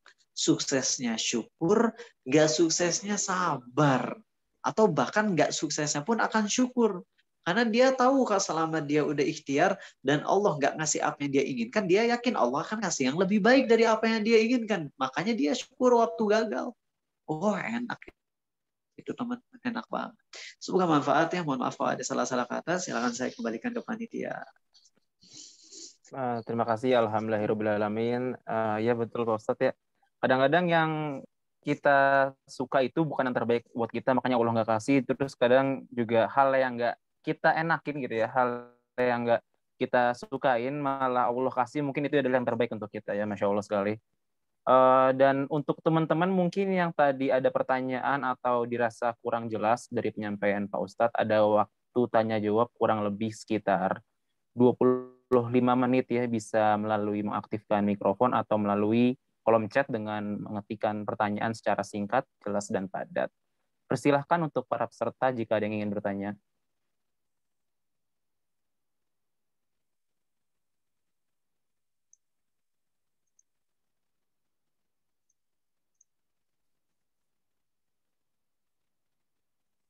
Gimana teman-teman?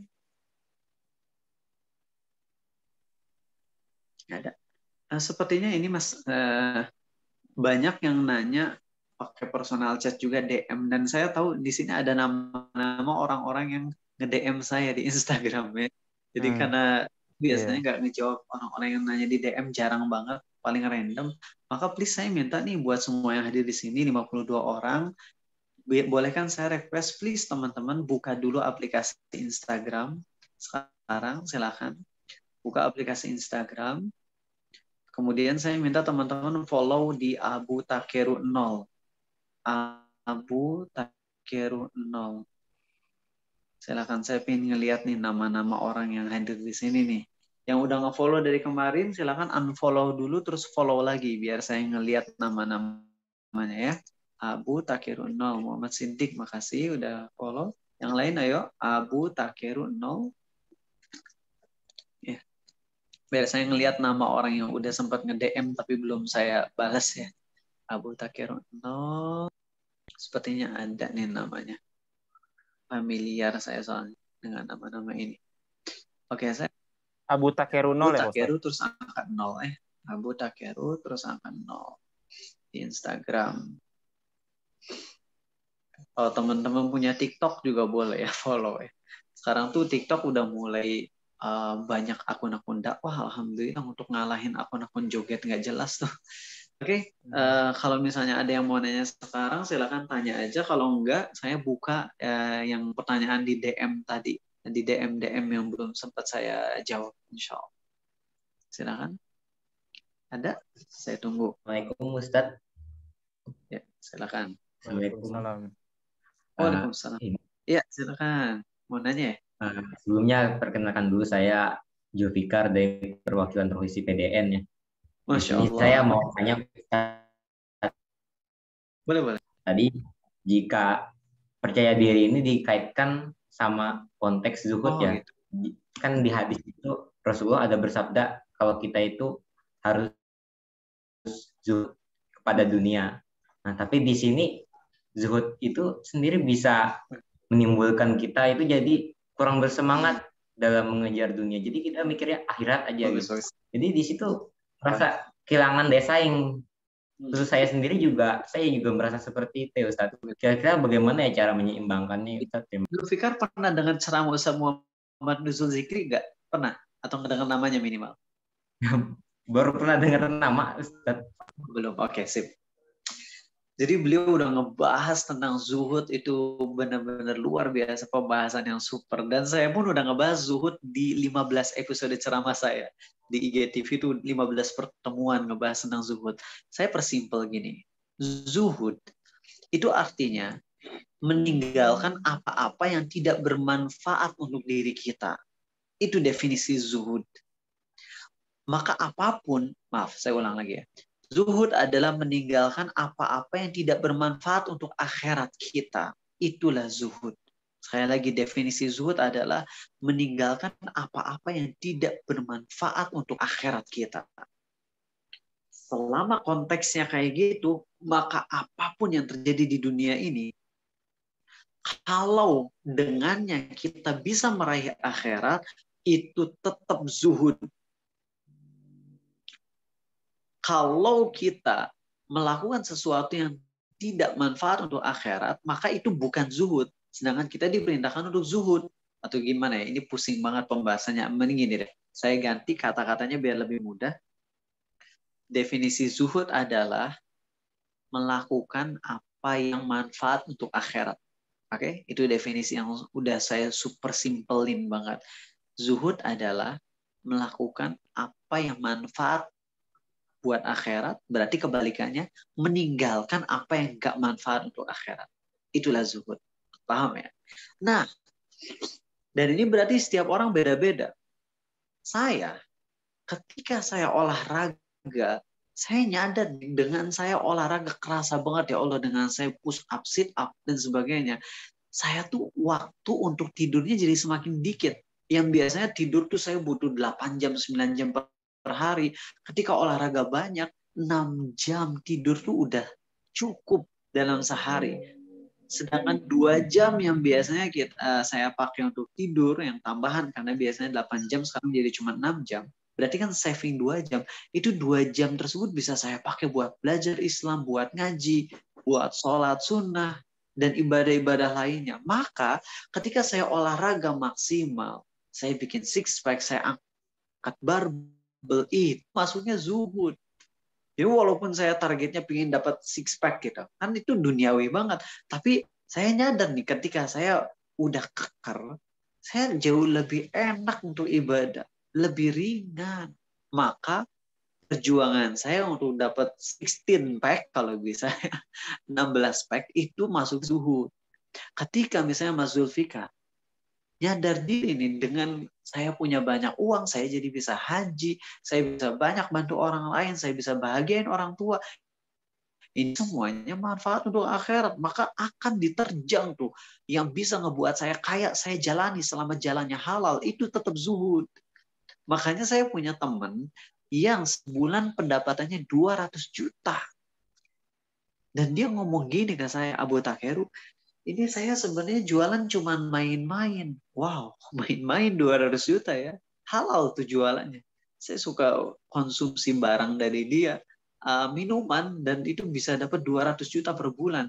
Tapi dia ngakunya gini, saya ini jualan main-main. Aslinya adalah saat saya keluarkan uang saya di jalan Allah. Oh, mantep tuh. Jadi lihat bagaimana dia zuhud, yakni dengan cara melakukan apa-apa yang manfaat untuk akhirat dan meninggalkan apa-apa yang tidak manfaat untuk akhirat. Itulah zuhud. Maka coba semua yang kita lakuin, kuliah. Oh, dengan saya kuliah, saya lulus, insya Allah saya nanti bisa dapat kerjaan, bisa nafkahi keluarga. Dan itu manfaat untuk akhirat. Maka kuliah kita pun zuhud. Bentuk kuliah kita kuliah itu bentuk dari zuhud kita. Ketika kita nggak mau main game dengan alasan game nggak manfaat buat saya di akhirat, malah ngabisin waktu, maka itu pun sebuah perbuatan zuhud. Atau kalian yang biasanya main game yang nggak ada manfaatnya sama sekali, sekedar hiburan, sekarang kalian rubah ke alternatifnya game yang sekaligus bisa nguatin tubuh kita, kayak misalnya bukan game ya, tapi lebih ke hiburan sekaligus nguatin badan, misalnya nge-gym tuh hiburan tapi bisa nguatin badan, manfaat juga. Yang asalnya main game online yang benar-benar nggak dapat manfaat kecuali sekedar refreshing, sekarang kita rubah menjadi nge-gym yang dengannya kita fun-nya dapat, ototnya pun dapat, akhirat dapat, karena dengan otot yang kuat kita bisa persiapan jihad, atau setidaknya kita bisa melindungi keluarga kita dari serangan-serangan orang yang hendak berbuat jahat. Itulah zuhud. Jadi orang yang zuhud tuh akan jadi orang yang paling semangat untuk ikhtiar di dunia ini. Tapi bedanya orang yang zuhud tuh hatinya cenderung ke akhirat. Makanya 10 sahabat yang dijamin masuk surga kan semuanya kaya raya, dagangannya luar biasa. Kenapa? Karena mereka zuhud. Karena mereka ngejarnya akhirat. Kalau ngejar dunia cuma ngejar nominal. Tapi masalahnya mereka ngejar surga yang seluas langit dan bumi. Dengan gue punya banyak duit, gue pingin banyak sedekah, misalnya kayak gitu kita. Dengan punya banyak uang, saya pingin bisa banyak jihad di jalan Allah dengan harta dan jiwa saya. Maka semangat mereka membara. Ketika kita zuhud tapi kita malas, itu karena konsep zuhud kitanya salah, gitu. Begitu, Mas. Ya. Bisa dipahami? Ya, bisa dipahami, Ustadz. Jadi kita ini tidak serta-merta cuma ibadah sebagaimana biasanya. Jadi kita juga bisa secara keduniawi dengan maksud tujuan untuk menggapai akhirat ya Ustaz. Iya, karena ibadah sebagaimana dijelaskan oleh Ibnu Taimiyah adalah segala sesuatu yang dicintai dan diridhoi oleh Allah, baik dari perbuatan anggota, baik dari ucapan, perbuatan anggota badan, dan juga amalan hati. Dan ibadah itu bisa berupa ritual. Kalau ritual ibadah jelas kita paham ya, sholat, puasa, haji, itu jelas kita udah nggak asing lagi dengan ibadah versi itu. Tapi bisa juga dengan ibadah dengan versi yakni secara lahiriahnya perbuatan dunia. Tapi karena niat yang kita masukkan ke hati kita, maka itu jadi terhitungnya pahala di akhirat. Kerja kita, nge-gym kita, main bolanya kita, masaknya kita, ngepel kita, nyapu kita, mempelajari pelajaran-pelajaran duniawi, itu semuanya bisa bernilai untuk pahala. Cuman bedanya kalau ritual ibadah otomatis langsung dapat pahala. Kalau amalan duniawi, kita kalau nggak diniatin kayak tadi nggak akan dapat pahala apa-apa. Jadi kalau orang zuhud, dia dagang dan sebagainya, tapi dia taruh di hatinya untuk ngejar akhirat kita, maka dia akan jadi orang yang sangat zuhud. Paham ya Zulfikar? Ya, paham. Mantap, mantap. Ada lagi barangkali? Ya. Gimana yang lain ada lagi? Memang kalau kita mengejar akhirat, insya Allah, mengejar dunia, akhirat nggak ngikutin. Tapi kalau ngejar akhirat, insya Allah mah dunia ngikutin ya Pak Ustadz ya? Iya, betul. Gimana teman-teman? Mungkin yang belum on cam dulu meren. Siapa tahu tidur di sana. Udah sore jangan tidur ya. Bagaimana? Ada yang masih mau bertanya lagi, teman-teman?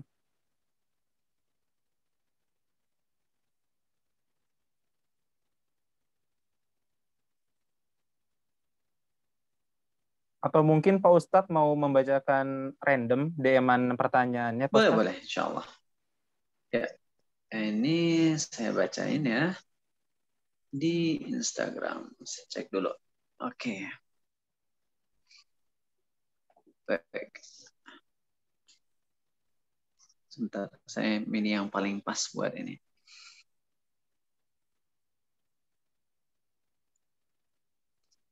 Ini ya. Biar yang jawabannya paling pas. Oke. Ini mungkin nggak sesuai tema, tapi mungkin pertanyaan yang manfaat juga tentunya. Kalau misalnya kita bernazar untuk kesuksesan kita, lalu kita tidak dapat apa yang kita ingin, apakah tetap harus melaksanakan nazar? Oke, ini pertanyaan yang bagus ya. Masuk materi juga, karena ini kebanyakan orang ingin menggapai kesuksesan lalu dia nazar. Ada orang yang bilang kayak gini, ya Allah, aku bernazar akan saum 3 hari kalau aku masuk ITB. Kemudian dia masuk ITB, maka dia wajib untuk melaksanakan puasa nazarnya. Kalau dia nggak masuk ITB, maka dia harus melaksanakan nazarnya. Gitu ketentuannya. Tapi harus diingat, nazar itu ada 2 tipe. Pertama, nazar yang hukumnya makruh. Kedua, nazar yang Allah cintai. Nazar yang makruh adalah nazar yang pakai syarat seperti yang tadi saya contohkan. Jadi dia mau ibadah tapi ngasih syarat ke Allahnya. Ya Allah, aku mau ibadah ini tapi harus gini dulu ya Allah. Aku akan puasa 3 hari kalau aku masuk ITB. Berarti kalau nggak masuk ITB, dia nggak akan puasa 3 hari. Ini nazar yang ini nazar yang dibenci, teman-teman. Tapi kalau udah terlanjur terucap, ya wajib diamalkan kalau emang dia mendapatkan apa yang dia syaratkan. Sekali lagi, kalau seseorang dia bernazar, ya Allah, aku akan puasa 3 hari kalau masuk ITB, lalu ternyata dia masuk ITB, maka dia harus melaksanakan nazarnya puasa 3 hari tersebut. Kalau dia tidak mendapatkannya, yakni tidak masuk ITB, berarti dia tidak harus melaksanakan puasa yang 3 hari tersebut. Dan ini adalah nazar yang tidak Allah sukai. Tapi kalau udah terlanjur terucap, ya udah harus diamalin. Nah, lalu kasusnya kalau misalnya untuk yang tipe kedua adalah nazar yang Allah cintai, yakni nazar yang nggak pakai syarat. Jadi kita ngomong ke Allah kayak gini, demi mendorong kita untuk semangat beramal soleh, kita ngomong kayak gini, ya Allah, aku bernazar minggu depan dalam 7 hari, aku bernazar minggu depan aku akan tahajud minimal 3 rakaat, misalnya kayak gitu. Jadi dia Ustadz, maaf, ya, tadi suaranya sempat terputus. Oh gitu. Ya, yang nazar kedua. Nazar kedua adalah nazar yang tidak pakai syarat. Misalnya seseorang ngomong kayak gini, ya Allah, aku bernazar minggu depan aku minimal akan sholat tahajud 3 rakaat. Nah kalau gini Allah senang nazar yang kayak gini. Yakni dia mewajibkan dirinya untuk melakukan sesuatu yang sebenarnya sunnah. Tapi dia mewajibkan buat dirinya sendiri. Jadi dalam minggu depan nih, dalam 7 hari, minimal 1 malamnya dari 7 hari ini, berarti 6 harinya mah libur. Tapi dari 7 hari tersebut minimal dalam 1 malam aku akan tahajud 3 rakaat. Nah, ini nazar yang Allah cintai. Kalau kita ingin sukses dengan cara membuat nazar yang pakai syarat, ketahuilah apa yang kita persyaratkan ke Allah itu tidak akan mengubah diri kita jadi sukses kalau emang Allah takdirkan gagal. Jadi kalau Allah nggak takdirkan kita sukses, walaupun kita nazarnya mau puasa 10 hari pun, tetap nggak akan sukses. Dan itu kata Nabi SAW, nazar jenis yang pertama tadi, yang pakai syarat, itu hanya muncul dari orang-orang yang pelit. Jadi jangan, teman-teman. Oke, semoga manfaat. Sip, barangkali ada lagi. Betul. Jujur Ustadz, saya tuh nggak paham. Kayaknya seumur-umur saya nggak pernah nazar, walaupun saya pernah dengar teman-teman saya ada yang beberapa yang nazar. Entah itu masuk UI lah, untuk masuk UTB, untuk masuk UGM, nazar. Tapi saya berpikir sebelum nazar, ketika saya nazar, misalnya contoh lah, saya masuk Unpad, saya nazar ini, itu, kok jadi terkesan ibadah saya jadi terpaksa gitu karena nazar, bukan karena Allah gitu. Iya, makanya kalau nazar yang kedua, itu dia mendorong, bukan memaksa, tapi mendorong dirinya untuk membiasakan beramal soleh. Jadi dia nggak pakai syarat apa-apa ke Allah, tapi dia kan ketika misalnya biasanya dia malas buat bangun malam hari, tapi ketika dia ngomong gini, ya Allah, aku bernazar akan tahajud ya Allah besok minimal 3 rakaat, itu akan ngebus semangat dia, ngedorong semangat dia, dan itu nazar yang Allah cintai, pahalanya gede itu. Allah puji di surah Al-Insan, yufuna bin nazar, mereka tuh menunaikan nazar, kata Allah, yakni nazar yang mereka lakukan ketika seseorang bernazar tanpa ngasih syarat ke Allah, maka itu adalah hal yang sangat bagus ya, demi melatih diri kita dari rasa malas.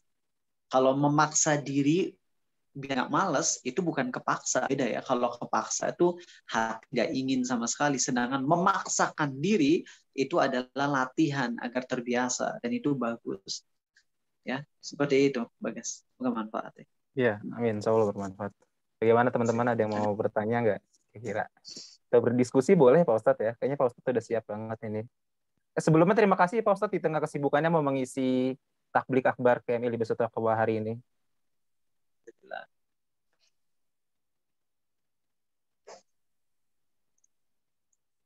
Gimana teman-teman, mungkin waktunya kurang lebih 4 menit lagi untuk sesi bertanya.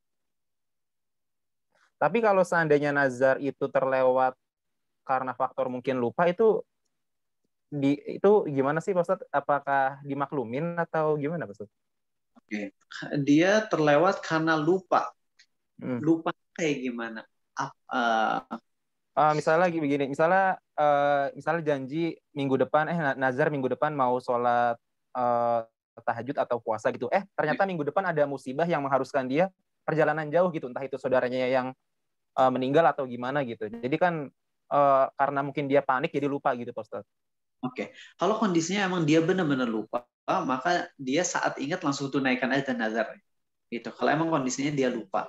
Tapi kalau misalnya dia sebenarnya ada waktu sih, cuman dia melalaikan, nunda, akhirnya ya bablas saja ya. Kalau kayak gitu berarti dia telah merusak nazarnya, maka di situ dia harus membayar kafarat nazar. Kafarat nazar, penghapus dosa dari merusak nazar adalah dengan cara milih salah satu dari 3 ini. 1, memerdekakan budak. 2, ngasih baju ke 10 orang miskin, baju yang bisa dipakai untuk sholat. Berarti mukena lah yang paling enak gitu ya, ngasih mukena ke 10 orang wanita miskin. Atau boleh untuk laki-laki ngasih baju. Tapi kalau baju, misalnya baju atasan bawahan lebih mahal. Kalau mukena 100.000 bisa nutup seluruh tubuh buat perempuan. Atau ngasih miskin. 1 orang miskin di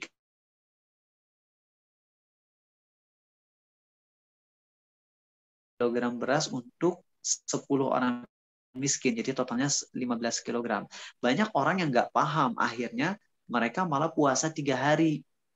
Karena mereka bilang untuk menghapus dosa, membatalkan nazar adalah dengan puasa 3 hari. Salah.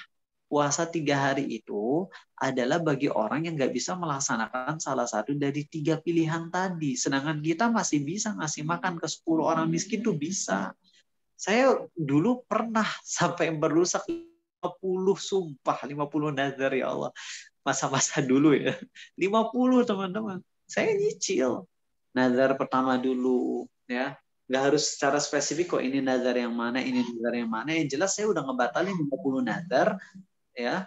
Karena kejahilan saya, kebodohan saya, akhirnya saya cicil tuh. Ya udah sekarang nazar 1 dulu, ngasih ke 10 orang miskin. 10 orang miskin masing-masing 1,5 kilogram beras. Totalnya berarti sekitar 180.000 rupiah. Ya udah, hari ini saya punya 50.000, ya udah kasih untuk 2 orang miskin dulu. Besok ke 2 orang miskin yang lain sampai totalnya ke 10 orang. Dicicil nggak apa-apa. Gitu. Ya. Bermanfaat. Itu kalau membatalkan nazar caranya pilih yang salah satu dari 3. Yang paling gampang sih ngasih makan. Ya, kalau emang semuanya nggak bisa karena kita miskin banget, orang tua kita miskin juga, dan kita kalaupun punya uang, uangnya pun buat kepentingan pribadi kita, karena kalau kita pakai buat bayar kafarat, nantinya malah kitanya nggak makan. Kalau kayak gitu, baru kita puasa 3 hari untuk membayar dosa tadi. Ya. Semoga bermanfaat. Kalau bernazar dengan syarat kurang disukai, ini pertanyaan terakhir ya, insya Allah. Ya. Oh iya. Nah, oke. Kalau bernazar dengan disukai, apa sama dengan bersolawat atau zikir beribu kali untuk mendapatkan sesuatu berupa duniawi juga termasuk makruh? Nah, ini ada kesalahan fatal dalam konsep solawat. Ini bahaya, teman-teman. Ingat, solawat adalah salah satu pembuka doa. Di antara adab dalam berdoa kepada Allah adalah kita mendoakan Nabi dulu, SAW. Bukan berdoa Nabi ya, jangan salah paham. Bukan berdoa ke Nabi, tapi berdoa untuk Nabi Muhammad SAW. Kalau berdoa ke Nabi itu jadinya musyrik kita. Ya Nabi beri aku uang, kafir kita kalau kayak gitu. Tapi kalau sholawat itu berdoa untuk kebaikan Nabi Muhammad SAW dengan cara membaca Allahumma sholli ala Muhammad wa ala ali Muhammad. Nah, dengan kita berdoa kayak gitu, dengan kita membaca sholawat di awal doa, kemungkinan dikabulkannya doa itu lebih besar. Oke, jadi itu adalah sholawat untuk membuka doa. Allahumma sholli ala Muhammad wa ala ali Muhammad. Setelah udah terbuka tuh pintu untuk berdoa, baru kita minta ke Allah, ya Allah anugerahkan kepadaku ya Allah mobil yang bagus, agar dengan mobil itu aku bisa kemana-mana dengan mudah, dan aku bisa lebih banyak bersyukur kepadamu ya Allah dengan adanya mobil bagus tersebut. Boleh kalau kayak gitu, baca sholawat di awal doa, kemudian kita berdoa minta apa yang kita inginkan, baik perkara duniawi atau perkara akhirat. Jelas ini boleh. Ini konsep yang benar. Bukan dengan cara malah si bendanya disolawatin. Jelas ini penyimpangan, teman-teman. Kita pingin BMW, ngelihat BMW-nya, di foto BMW-nya, terus bacain sholawat ke foto BMW-nya. Na'udzubillah min dzalik. Ini bukan masalah makruh lagi. Ini dosa. Dosa. Karena ini udah ngada-ngada ibadah yang nggak dicontohkan Nabi SAW. Keliru besar ritual kayak begitu, teman-teman. Sekali lagi, oke, jadi pahami ya. Kadang-kadang perintahnya sama, tapi prakteknya yang keliru. Kalau membaca sholawat di awal doa sebagai pembuka agar doa lebih mudah diijabah, ini benar. Tapi kalau ngeliatin bendanya, lalu bendanya disolawatin, ini apa-apaan? Kebayang nggak sih kita ngeliat TV, terus TV-nya di Allahu Akbarin? Coba. Kita takbirin pintunya. Kita takbirin TV-nya. Ini kita ngeliatin TV, terus Allahu Akbar, Allahu Akbar, Allahu Akbar. Apaan Allahu Akbar buat TV? Nggak ada syariat kayak gini. Nggak boleh kita mengada-ngada ritual kayak begini, teman. Paham ya? Semoga bermanfaat. Insya Allah nggak apa-apa kalau tadi sholawat dipakai untuk pembuka doa. Tidak ada masalah untuk seperti itu. Oh, Pak Ustadz, berarti misalnya nih kayak kan di internet banyak ya. Lihat rumah mewah, maaf ya Kak Fidah sebentar. Misalnya lihat rumah mewah, selawatin biar masa depannya punya rumah gitu tuh mah nggak boleh ya? Jelas itu salah prakteknya, salah. Dan ingat kalau suatu ibadah dipraktekannya salah, itu jadinya malah dosa. Jadi dosa itu. Paham? Iya. Jadi berarti selain untuk doa itu salah? Apanya? Sholawatnya. Sholawat. Kita bisa baca sholawat untuk selain doa juga, yaitu untuk kalau kita membaca sholawat, kita mendoakan keselamatan untuk Nabi SAW, dan sebagai balasannya Allah akan membalas kita dengan 10 kali lipat keselamatan. Berarti kita ketika membaca sholawat tanpa untuk minta doa apapun pun akan Allah kasih kebaikan. Kita ketika membaca Allahumma sholli ala Muhammad wa ala ali Muhammad, itu artinya adalah ya Allah, berilah keselamatan kepada Nabi Muhammad di dunia dan juga di akhirat. Allah akan membalas kita dengan keselamatan 10 kali lipatnya. Berarti sekadar membaca sholawat doang tanpa kita berdoa yang lain-lain pun itu sudah merupakan kebaikan untuk kita. Dan kalau kita mau baca sholawat sebagai pembuka doa, itu pun termasuk kebaikan. Yang salah adalah ketika kita mensholawatkan barang. Kalau kita baca takbir Allahu Akbar, Allahu Akbar, Allahu Akbar, jelas boleh itu berpahala. Tapi kalau kita takbirin barang, ngerti gak? Kalau kita baca takbir Allahu Akbar, boleh berpahala. Tapi kalau barang ditakbirin, apa urgensi sebuah barang ditakbirin? Gitu. Nggak ada gunanya barang ditakbirin. Kalau kita melihat barang, lalu kita kagum dan kita bilang Allahu Akbar, itu bisa karena kita mengagungkan Allah. Tapi kalau si barangnya, si objeknya ditakbirin, apa-apaan si objek saya ngelihat kucing terus saya bilang kucing Allahu Akbar, Allahu Akbar, Allahu Akbar, BMW Allahu Akbar, Allahu Akbar, Allahu Akbar, itu yang nggak tepat. Mudah-mudahan bisa dipahami ya. Baik, kalau ada pertanyaan yang lebih lanjut, insya Allah bisa didiskusikan di luar waktu. Semoga manfaat, dan kajian rutin saya setiap Jumat malam. Jadi nanti hadiri. Alhamdulillah Mbak Fidah udah paham. Kelihatannya Mas Bagas yang masih mikir keras ini. Tapi bagus Mas Bagas ya, karena udah ikhtiar memahami, dan itu bagus. Nggak apa-apa kalau misalnya baru pertama belum paham, tapi nanti ketika diulang lagi apalagi ini rekaman mungkin jadi bisa paham nanti. Itu aja dari saya. Semoga manfaat. Ya. Baik, terima kasih kepada Pak Ustadz atas jawaban yang telah disampaikan. Dan untuk pembacaan doa bisa tolong dipimpin oleh Pak Ustadz sebelum acara ini ditutup. Baik, insya Allah. Saya izin supaya bisa lebih konsen dalam berdoa. Teman-teman sadari kalau kita penuh kelemahan, kita banyak banget kekurangan, dan kita ingin selamat di dunia dan di akhirat. Walaupun dengan segala dosa, kealfaan kita tetap mohon pada Allah, karena kita nggak percaya sama diri sendiri. Kita percaya dengan Allah. Dan kita selalu memandang diri kita ini penuh dengan dosa. Merasa diri nggak pantas. Merasa diri banyak kekurangan. Dan ketika seorang hamba benar-benar merendahkan hatinya di hadapan Allah, disitulah Allah akan makin sayang kepada hamba tersebut. Allahumma salli wa sallim ala Muhammad wa ala ali Muhammad. Ya Allah, kami bersyukur atas semua nikmat yang Kau karuniakan kepada kami. Kami mohon kepadamu ya Rabb, maafkan kami. Karena kami setiap hari mengumpulkan dosa. Maafkan kami ya Allah, karena kami sering menggunakan nikmat-Mu untuk bermaksiat kepadamu. Maafkan kami ya Allah, karena kami sering menggunakan nikmat-Mu untuk berkhianat kepadamu. Kami malu ya Allah dengan dosa-dosa kami. Namun kami sadar ya Allah, walaupun kami banyak dosa, Engkau senantiasa mengkaruniakan nikmat-Mu kepada kami. Rob, Tuhan ya Allah, yang tak pernah menyanyiakan doa hamba-hambanya. Kami mohon kepadamu ya Rob, berilah pada kami kenikmatan iman hingga hari di mana kami berjumpa denganmu. Matikanlah kami di atas Islam. Matikanlah kami di atas iman. Jangan biarkan kami mati saat kami sedang melakukan maksiat kepadamu, ya Allah. Jangan matikan kami saat kami sedang berkhianat kepadamu, ya Allah. Matikanlah kami dalam kondisi taubatan nasuha. Rabbana atina fid dunya hasanah wa fil akhirati hasanah wa qina adzabannar. Amin ya rabbal alamin. Barakallahu fiik. Terima kasih teman-teman atas perhatiannya.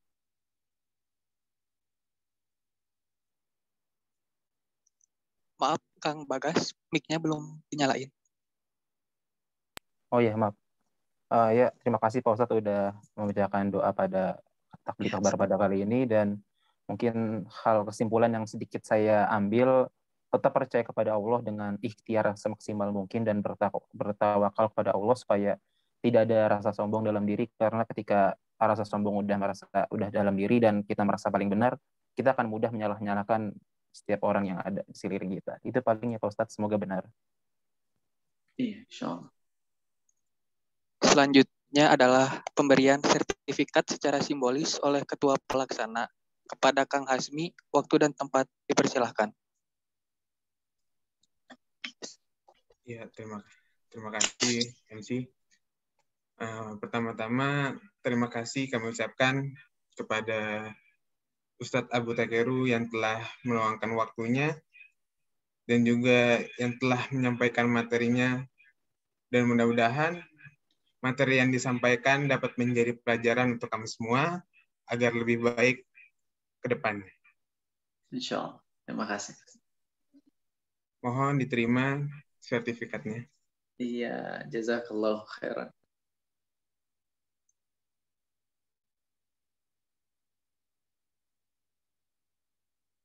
Baik, terima kasih Kang Hasmi. Ya, untuk selanjutnya ialah sesi dokumentasi. Mungkin pada seluruh peserta bisa mengaktifkan sebentar fitur kameranya untuk memperlancar sesi dokumentasi. Dan jangan lupa absen akhir yang ada di kolom chat ya. Silahkan Akang Teteh semuanya untuk mengefisienkan waktu bisa segera diaktifkan kameranya.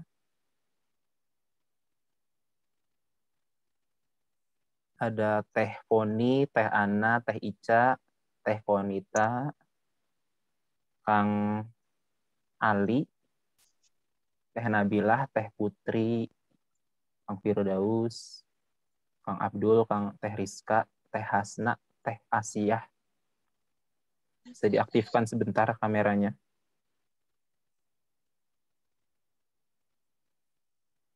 Untuk mengefisienkan waktu dan mensegerakan waktu. Karena sebentar lagi udah mau maghrib ya, jadi harap dipercepat untuk mengaktifkan kameranya.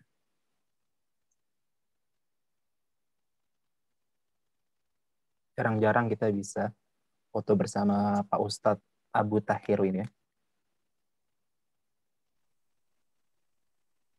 Enggak. Diaktifkan kameranya. Masih banyak ini yang belum. Masa ntar di dokumentasi hitam-hitam semua. Buat apa dokumentasi hitam-hitam semua? Mungkin lagi nggak pakai kerudung. Astagfirullah. Ya mungkin belum ada kerudungnya. Yang cowok masa belum pakai kerudung alasannya? Mangga yang cowok. Mungkin yang akhwatnya lagi siap-siap. Yang cowoknya, yang ikhwannya masa belum siap. Kang Farhan mungkin bisa diaktifin dulu Kang, kameranya Kang.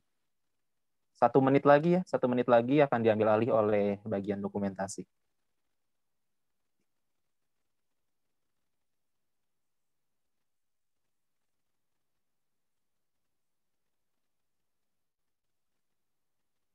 Ada kendala ya, apa-apa Kak.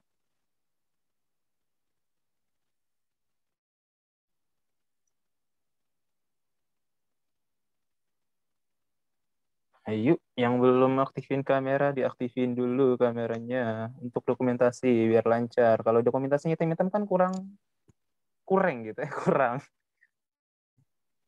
kurang gitu. Kalau hitam-hitam dokumentasinya itu.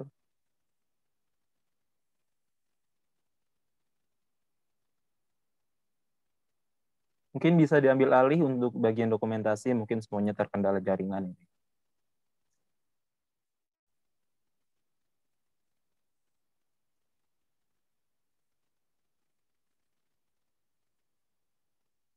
Untuk bagian dokumentasi bisa diambil alih mungkin.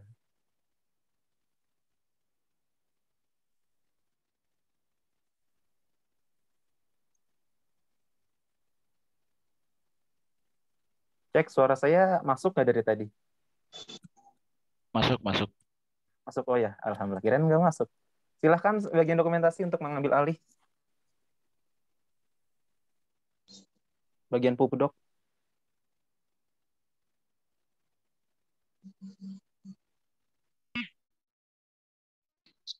Dihitung ya. 1, 2, 3. Sekali lagi. 1, 2, 3. Ya, makasih. Terima kasih kepada teman-teman atas partisipasinya untuk menyalakan kamera.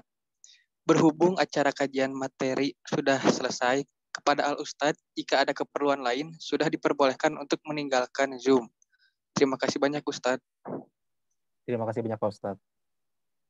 Dan untuk teman-teman, jangan lupa ya untuk yang beruntung mendapatkan door prize, jangan lupa resumenya